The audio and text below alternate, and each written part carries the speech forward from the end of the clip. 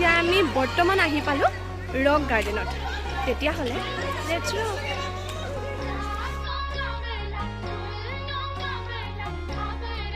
চণ্ডীগড়ৰ এখন অন্যতম গাৰ্ডেন হ'ল ৰক গাৰ্ডেন। এই ৰক গাৰ্ডেনখন 1957 চনত বনোৱা হৈছিল। আপোনালোকে বহু গাৰ্ডেনৰ কথা শুনিছে বা দেখিছে, যিবোৰ প্ৰাকৃতিকভাৱে ধুনীয়া, কিন্তু এই গাৰ্ডেনখন সম্পূৰ্ণ পৃথক। ভালকৈ চালে গাৰ্ডেনখনৰ এটা এটা সৰু সৰু বস্তুৱে বহু গুৰুত্বপূৰ্ণ। এই গাৰ্ডেনখন এজন মানুহৰ দ্বাৰা নিৰ্মিত। এই গাৰ্ডেনখন বনাইছিল নেক চন্দ নামৰ এজন মানুহে। সেইকাৰণে গাৰ্ডেনখনক নেক গাৰ্ডেন বুলিও ক'ব পাৰি, কিয়নো ইয়াৰ আঁৰত এটা কাহিনী আছে।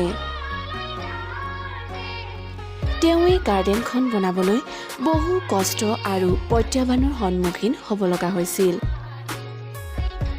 এই গাৰ্ডেনখন বনাবলৈ তেওঁ মানুহৰ ঘৰে ঘৰে পেলাই দিয়া জাবৰ জোঁথৰ, পাথৰ, চুৰি, কলহ আদি গোটাই ধুনীয়াকৈ নতুন নতুন আকৃতি দি ন ন বস্তু সাজি উলিয়াইছিল মানুহৰ মন আকৰ্ষণ কৰিব পৰাকৈ।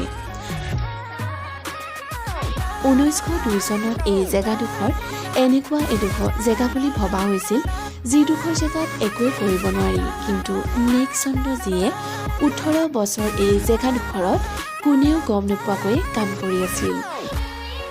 পাছত মানুহে যেতিয়া গম পালে যে ইয়াত এখন গাৰ্ডেন বনি আছে, তেতিয়া বহুতে এই গাৰ্ডেনখন ভাঙিবৰ কাৰণে বহুত চেষ্টা কৰিছিল, কিন্তু বহু মানুহে নেক চন্দজীক সমৰ্থনো কৰিছিল, কিয়নো কোনো পইচা খৰচ নোহোৱাকৈ পেলনীয়া জাবৰ জোঁথৰেও যে ইমান এখন ধুনীয়া গাৰ্ডেন গঢ়ি তুলিব পাৰি, মানুহে ভাবিবই পৰা নাছিল।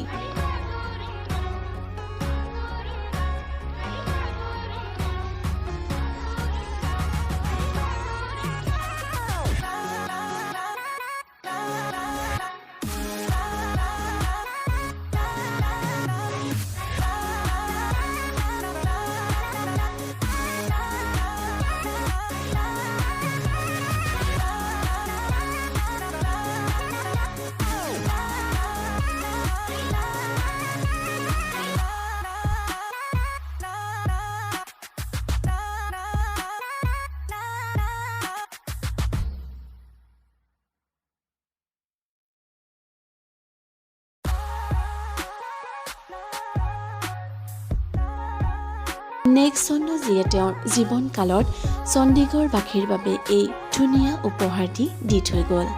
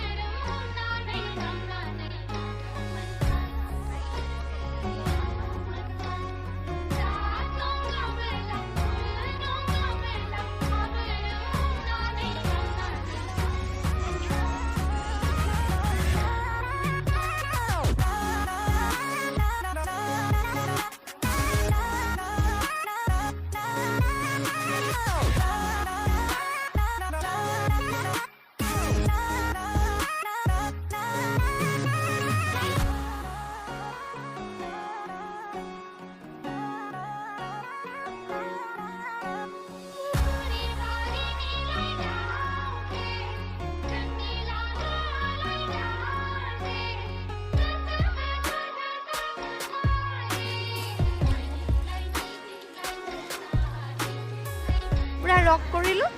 এতিয়া ক'ত যাম? মাৰ্কেট এখনলৈ যাম।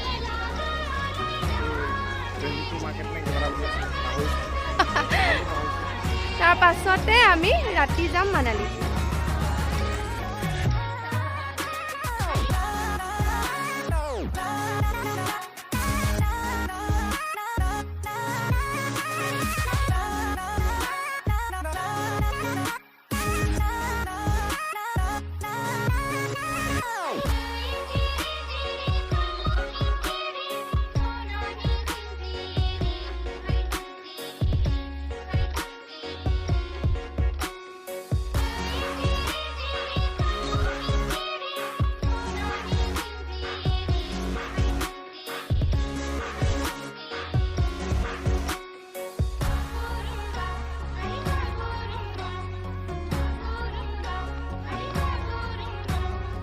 আৰু আমি তাতে পাঞ্জাৱৰ ষ্ট্ৰীট ফুডবিলাকৰ সোৱাদ ল'লোঁ।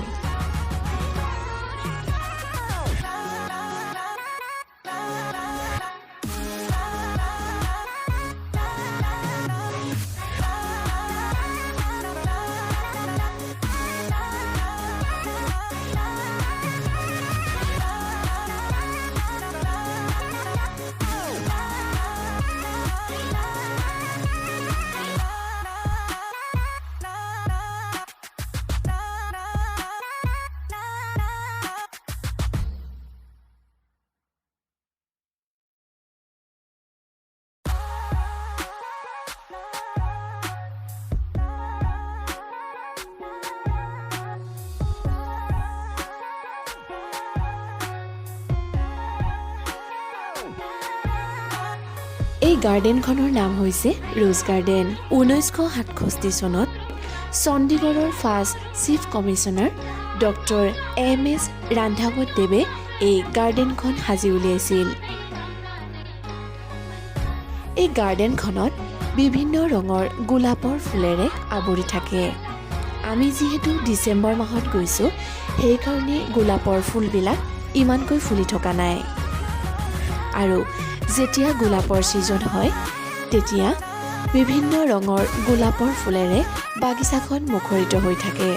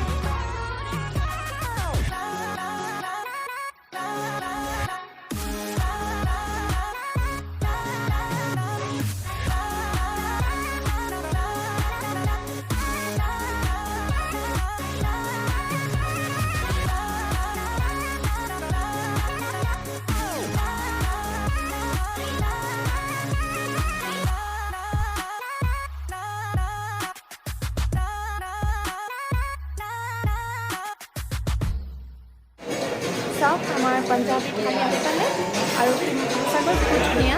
আৰু আমি আছোঁ বৰ্তমান হাৱেলি ৰিজৰ্টত। আৰু পাঞ্জাৱলৈ আহি যদি পাঞ্জাবী ট্ৰেডিশ্যনেল থালিয়ে টেষ্ট নকৰোঁ, তেতিয়াহ'লে আমাৰ যাত্ৰা আধৰুৱা হ'ব।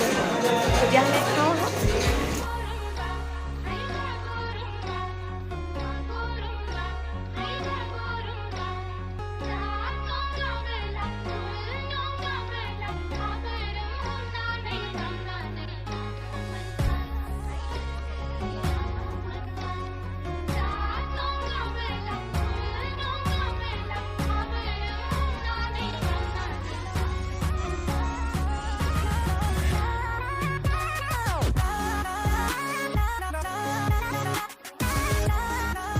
চণ্ডীগড়ৰ পৰা আমি আমাৰ যাত্ৰা আকৌ আৰম্ভ কৰিলোঁ মানালীলৈ।